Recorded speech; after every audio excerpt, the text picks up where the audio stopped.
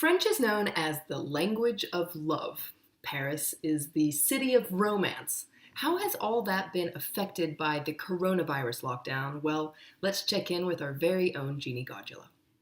Hi, Jeannie. Now, confinement might seem like a weird time to talk about love and romance, but it turns out that dating sites are actually booming right now. Of course, it's funny because dating might seem tricky during a lockdown, but people are resorting to more technology based courting rituals. Now, it might seem a bit weird. You think about a first date when you can't actually meet in person, or at least not in theory, but people are adapting and going on more and more virtual dates. Yeah, and apparently people are actually sending more messages via these online dating apps and sending longer messages. It seems like more than ever, people need to communicate. And for single people, online dating is actually kind of a portal into the real world. But of course, the real question is, will they end up meeting in real life once lockdown rules are become easier?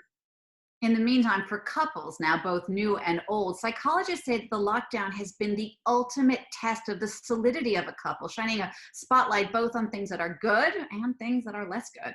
Well, it certainly is quality one-on-one time taken to an extreme, and this can be a cause of anxiety and stress for some people in a couple. Now, there have been countless articles online by couples therapists, giving advice essentially onto how to survive confinement in a couple. And here are the main takeaways. First of all, be kind to one another, and that can seem silly, but it's important to remember that one. And also communicate more than ever in confinement. You got to talk to each other and listen.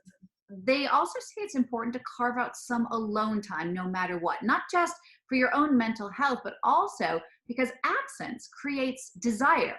And speaking of absence, one dating site came out with an interesting number. It says that 38% of its users say that they are staying abstinent during the lockdown. They're saving themselves for the end of confinement. And another fun confinement fact is the fact that the sale of condoms has actually gone down. Meanwhile, the sale of pregnancy tests has gone up. So you can make your own conclusion there.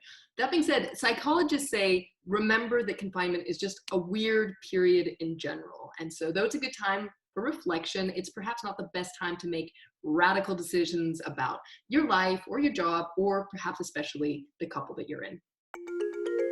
On May 11th, the French government will start easing strict lockdown rules in place since mid-March. Many questions remain about exactly how that gradual process will take shape. For instance, when and how will children start going back to school? What details do we have about getting French kids back to their schools?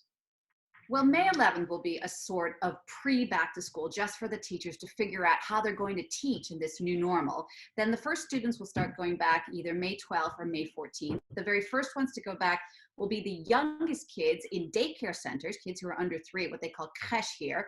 Now, they're set to reopen with a maximum of 10 kids per group. Usually there's about 30, and all of the staff will have to wear masks. As for the actual school-age kids from kindergarten through grade school, they'll start going back in the first wave progressively, and 1 week later, May 18th, the first middle school kids will start going back, and they'll be the kids will have to wear masks in class. Now, not everyone is in favor of sending kids back to school. In fact, 300 mayors in the greater Paris region have called on the government to delay sending kids back to school. And then their parents as well. According to a recent study, 2/3 of parents are against sending their kids back to school. They're saying that, they're not sure if little kids can actually keep up with social distancing. They're really worried about the whole hygiene situation in schools. The government, meanwhile, reminds people that, the choice to send your kids back to school is actually going to be on a voluntary basis. Now, that's true, but as many parents have to go back to work post-lockdown, I don't know how much of a choice that really is going to be for many parents. In any case, the government is trying to reassure parents by saying there'll be plenty of focus on hygiene, plenty of gel, there'll be staggered drop-off times. The key thing is class size is going to be maximum 15 kids per class. For example, my own daughter is only going to go back physically to school 2 days a week to accommodate those smaller class sizes. As for recess, they say there'll be no ball games, no contact sports. For art classes, for example, all the supplies are going to have to be given out individually. A lot of things are going to change. And high school students, meanwhile, are going to have to be patient because the government isn't going to even start thinking about when to start sending them back to school until the end of May. They could go back sometime in June, but the education minister says it's likely they'll go back sometime in the fall. Flo, what are high school seniors in France going to do about that famous final exam, the French bac? So the baccalaureate is this rite of passage. It's an institution, and it has never been canceled since it was created by Napoleon in 1808. This despite 2 world wars and the May 68 uprising. Well, for the very first time since its creation, the baccalaureate isn't going to take place in its traditional form. Students are going to get kind of an average grade over homework and exams that they've had during the year. So it just goes to show what a major disruption this lockdown has had on French society. And what about higher education? Well, campuses are going to remain closed until September. There is still a lot of questions yet to be answered about this whole back to school thing. But one thing we do know for sure is that the French government has said the last day of school for students will be July 4th. That's to give the French their cherished summer vacations in July and August. There's still no guarantee, though, at this point that people will be able to travel further than 100 kilometers from their homes. Your needs are changing, and so is France24.com.